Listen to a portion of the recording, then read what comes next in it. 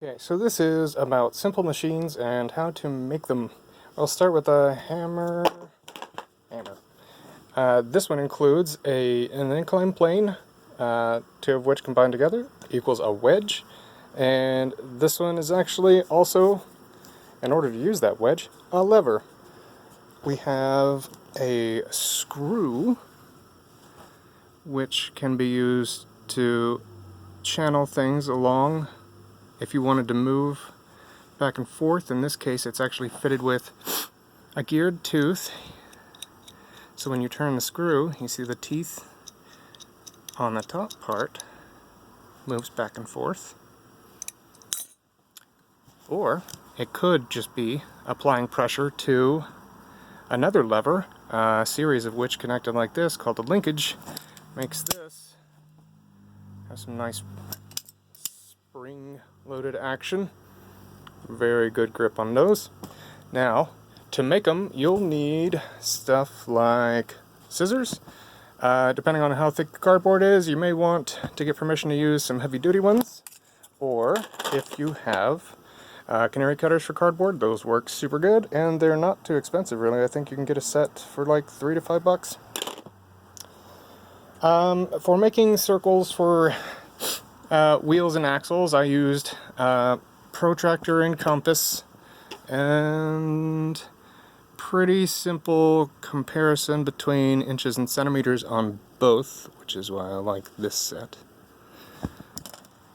Because what I did initially was just start drawing out a lot of circles and then start etching shapes out, trying different shapes for gears to see what worked best, interlinking and such. And what I found is that these didn't work too great for me, probably because I didn't reinforce them.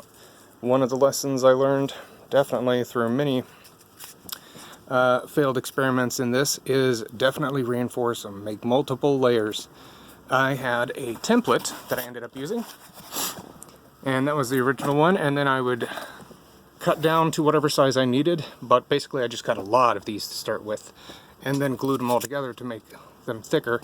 And still, while this works, it's not as good as I wanted it to be. I would recommend making them even thicker. Mine are, this is 4 layers thick. This is about what you would want.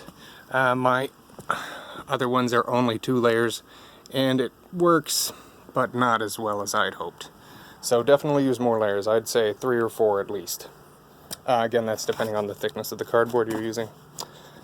We'll also need some tape, or some tape, or some tape, or some glue. Don't use the glue sticks. If you have those, they do not hold well enough. As soon as you put any kind of pressure on them, like trying to get one gear to turn another, they just pop right off. One method you can use to set all of these together is either with pipe cleaners or brads if you have those. What I ended up doing though is just using a bunch of pencils, jabbing them through another piece of cardboard as my setup to get everything aligned so all the teeth and the gears and stuff were tight enough but not too close, and just ended up using that as like kind of a standard diorama.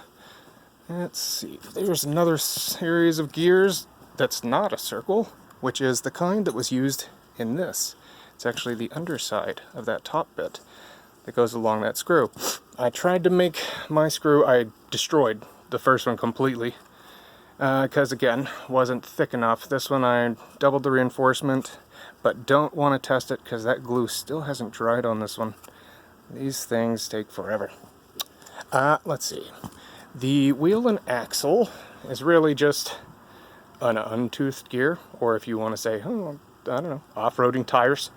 It's so weird. I have, let's see, yeah, you can see the middle part there is just smaller sets of circles. So the biggest part is that one, and then I cut it down the second set in between, sandwiched it, glued those together. It's got a nice channel in there, used it for a pulley. And let's see, add an arm to that mechanism for the lever. in another video, I put all of these together to make complex machines.